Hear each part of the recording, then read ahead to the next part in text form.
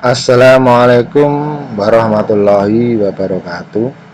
Selamat pagi anak-anak. Tentunya dalam keadaan sehat selalu. Meskipun situasi pandemi masih belum berlalu, kita sebagai murid ataupun keluarga besar Minimal Tulungagung tentunya harus tetap semangat.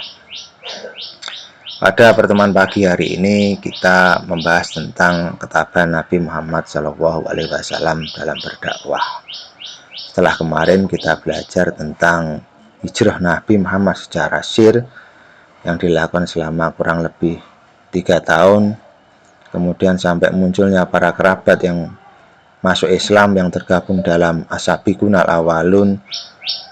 Kemudian dilanjut karena pada saat itu dakwah Nabi secara sir sudah tidak lagi nyaman atau diketahui oleh kaum kafir Quraisy, sehingga menuntut Nabi Muhammad untuk melakukan dakwah secara jahar atau secara terang-terangan, sampai Nabi Muhammad mengumpulkan Bani Abdul Muthalib dalam proses zaman dakwahnya. Pada saat itu Nabi Muhammad mengumpulkan sebanyak kurang lebih 40 orang, akan tetapi dalam proses zaman tersebut ada yang percaya, ada yang tidak. Khususnya pada saat itu Abu Lahab tidak percaya dengan apa yang dikatakan oleh Nabi Muhammad karena dianggap Nabi Muhammad sebagai pembawa kebohongan. Agama yang dibawa oleh Nabi Muhammad tidak mendasar karena bertentangan dengan ruh ataupun jiwa yang dibawa oleh yang diajarkan oleh nenek moyang. Sampai Nabi Muhammad pergi ke Bukit Sofa melantangkan bahwasanya yang patut untuk diesakan adalah hanya Allah Subhanahu wa Ta'ala. Berawal dari situlah cemoohan ataupun orang yang tidak pro dengan ajaran Nabi Muhammad ataupun agama Islam mulai melakukan perlawanan, khususnya Abu Jahal maupun Abu Lahab. Pada pertemuan pagi hari ini kita membahas tentang ketabahan Nabi Muhammad SAW dalam berdakwah. Di sini diterangkan kaum kafir Quraisy memusuhi Nabi Muhammad SAW. Awalnya mengira bahwasanya ajaran yang dibawa oleh Nabi Muhammad itu tidak bermutu. Nah, otomatis mereka menganggap sepele, tanpa dasar, tanpa tujuan ajaran yang dibawa oleh Nabi Muhammad. Tetapi lambat laun semakin kesini sampailah kepada kita yang kita lakukan sekarang, yang kita naungi sekarang, ternyata Islam mampu menyebar luas. Nah, pada saat itu menimbulkan kekhawatiran yang sangat luar biasa dari kaum kafir Quraisy. Sudah barang tentu. Nah, kalau ajaran agama Islam semakin luas, tentunya akan sangat berpengaruh terhadap peradaban yang ada di Mekah pada saat itu. Otomatis orang-orang Quraisy melakukan perlawanan yang sangat luar biasa. Dasar perlawanan yang dilakukan oleh kaum kafir Quraisy yang pertama di sini ada 4. Yang pertama, persaingan perebutan kekuasaan. Sudah barang tentu ketika umat Islam menguasai seluruh jazirah Arab ataupun Mekah pada khususnya pada saat itu, akan membentuk suatu grup ataupun membentuk suatu koloni, bahkan mungkin kelompok baru, sehingga mempengaruhi sistem regulasi ataupun perekonomian atau bahkan mungkin peradaban yang ada di Mekah. Oleh sebab itu, di sini menganggap bahwasanya persaingan kekuasaan, perebutan kekuasaan sangat berpengaruh terhadap nanti apabila Islam itu berkembang. Semakin umat Islam semakin banyak, otomatis orang yang bisa dikendalikan oleh Nabi Muhammad semakin besar. Itu beranggapan kaum kafir Quraisy, wah bahaya, nanti peran kaum kafir Quraisy akan sangat berkurang pada saat itu. Kemudian dilanjut penyamaan hak antara golongan bangsawan dan golongan budak. Nah, di dalam ajaran agama Islam tidak memandang bahwasanya antara orang satu orang dengan orang yang lain bahwasanya semua orang itu sama. Wah, sudah barang tentu yang diincar adalah golongan budak. Dengan masuknya agama Islam, otomatis sistem perbudakan akan hilang karena penyamaan perataan ataupun harkat dan martabat semua orang itu adalah sama. Yang nomor 3, ingin mempertahankan ajaran agama nenek moyang. Kaum kafir Quraisy beranggapan bahwasanya Islam masuk berarti ajaran agama nenek moyang mereka yang menyembah berhala, yaitu menyembah Lata, Uzza, Hubal dan Manat, akan tergusur. dengan datangnya agama baru tersebut, otomatis mereka pun juga melakukan perlawanan. Yang terakhir yang sangat penting adalah sumber perekonomian. Kekhawatiran perdagangan patung akan terhenti. Ketika ajaran agama Islam masuk, orang yang akan menyembah berhala pun juga akan berkurang karena sebagian besar akan memeluk agama Islam. Otomatis para pengusaha, pedagang ataupun pengrajin patung mereka akan mengalami gulung tikar ataupun bangkrut pada saat itu. Karena takut tersaingi, mereka melakukan reaksi menentang Nabi Muhammad pada saat itu dan umat Islam. Kaum kafir Quraisy tidak bisa membedakan antara kenabian dan kekuasaan atau antara kenabian dan kerajaan. Karena itu kaum kafir Quraisy tidak begitu saja menyerahkan kekuasaan kepada Nabi Muhammad SAW. Yang nomor 2, orang-orang kafir Quraisy mengancam Abu Thalib. Mereka tahu bahwasanya Abu Thalib adalah orang paman Nabi Muhammad yang pada saat itu sangat berpengaruh di lingkungan kaum kafir Quraisy anak-anak. Sehingga hasutan pertama yang dilakukan setelah Siti Khadijah tidak berhasil kemudian melanjut kepada Abu Thalib. Orang-orang Quraisy mengancam Abu Thalib agar dia menghentikan aktivitasnya dakwah keponakannya. Mereka mengancam akan mengambil tindakan yang sewaktu-waktu dapat membahayakan keselamatan Rasul jika Abu Thalib terus membiarkan keponakannya tersebut untuk melakukan dakwah. Pada awalnya Abu Thalib bentar dengan ancaman tersebut, lalu ia segera pergi menemui Nabi dan menyampaikan kepadanya perihal yang telah terjadi. Nabi mengira bahwa pamannya tidak lagi mendukung dan mungkin menelantarkannya, tetapi dengan keteguhan hatinya Abu Thalib tetap melindungi serta mendukung keponakannya tersebut. Hingga pada saat itu sampai Nabi orang-orang kafir Quraisy ingin menukar Nabi Muhammad dengan Amarah bin Al-Walid bin Al-Mughirah untuk diserahkan kepada kaum kafir Quraisy. Akan tetapi upaya yang dilakukan oleh kaum kafir Quraisy untuk menukar Nabi Muhammad dengan Amarah bin Walid gagal karena persekongkolan untuk melecehkannya atau menjaga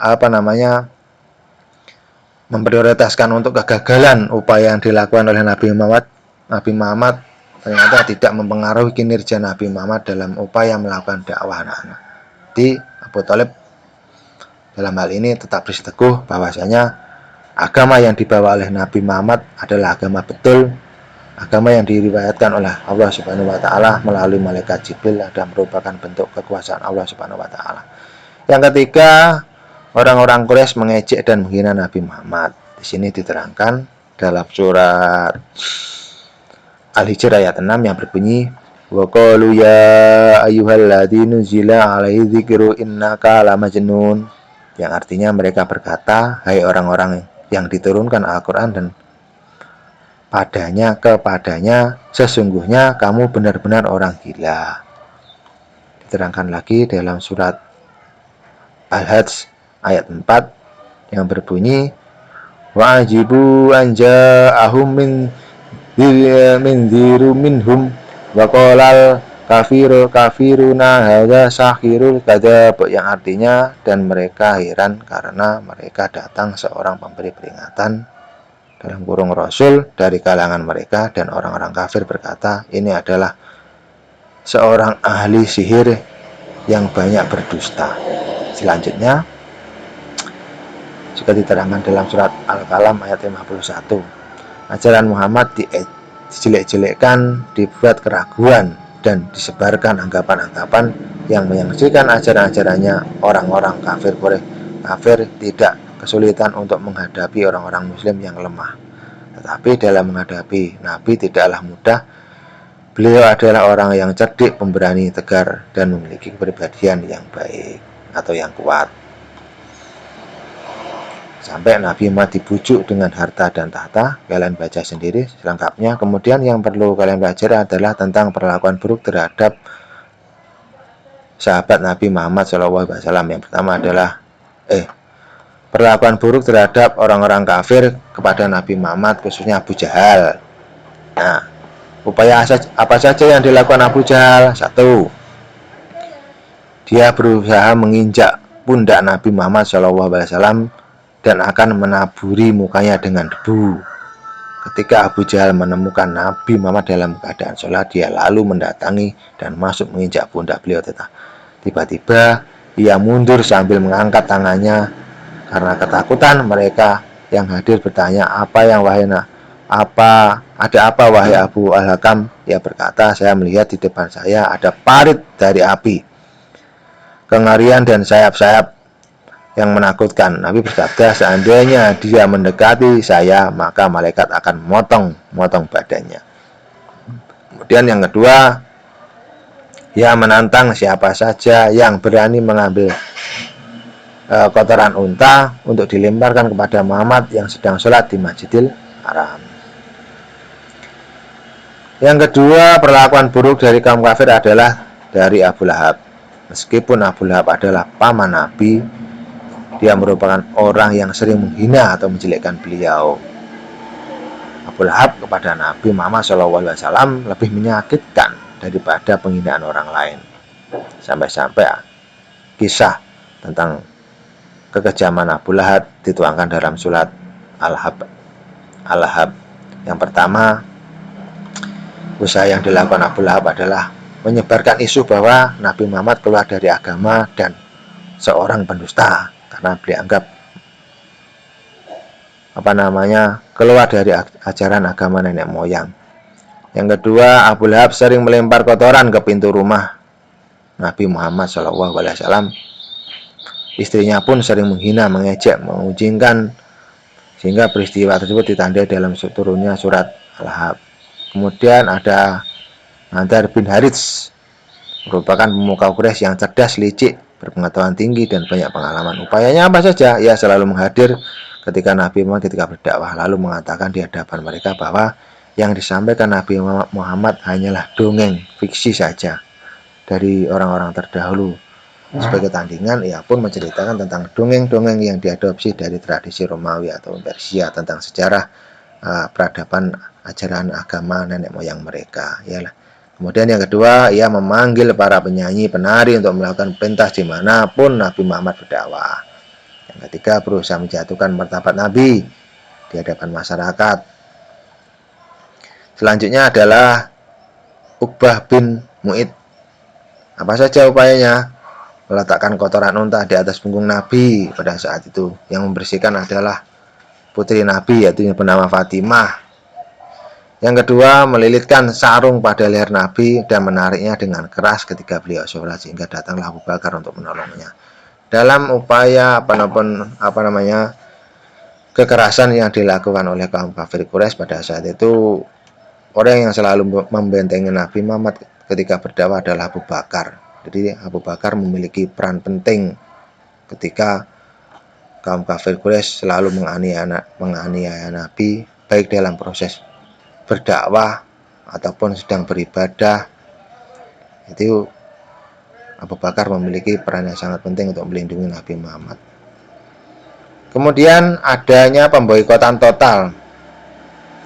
Pemboikotan yang dilakukan oleh kaum kafir Quraisy terhadap Bani Hashim dan Bani Muthalib selama kurang lebih 3-4 tahun mengakibatkan kondisi sangat krisis yang sangat luar biasa pada saat itu.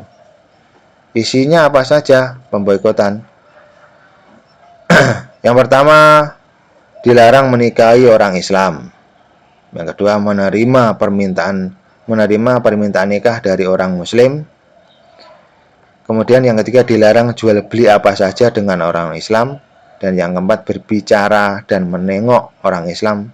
Dilarang berbicara dan menengok orang Islam yang sedang sakit. Yang terakhir adalah dilarang menerima permintaan damai dengan orang Islam sebelum mereka menyerahkan Muhammad untuk dibunuh.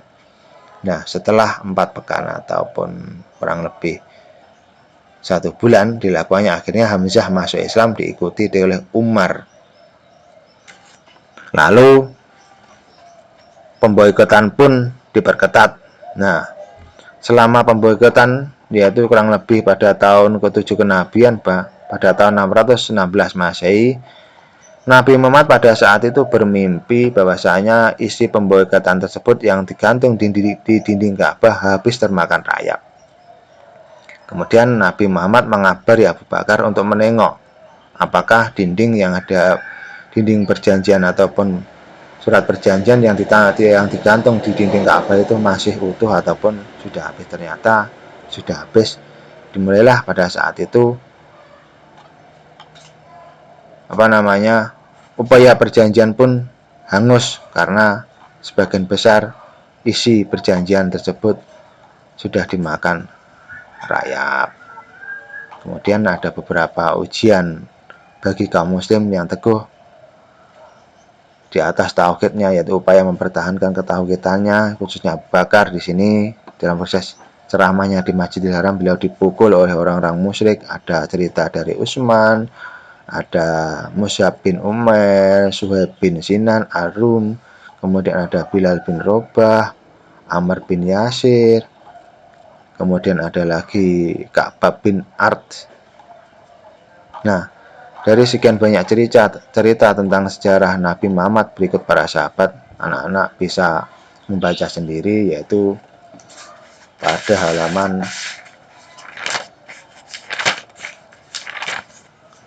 9 sampai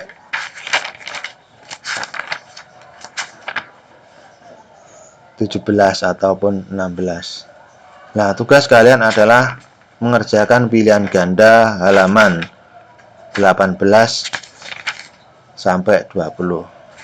Sekian anak-anak penjelasan singkat Pak Masun pada pagi hari ini, semoga bermanfaat. Atas kurang lebihnya mohon maaf. Billahi taufiq wal hidayah. Wassalamualaikum warahmatullahi wabarakatuh.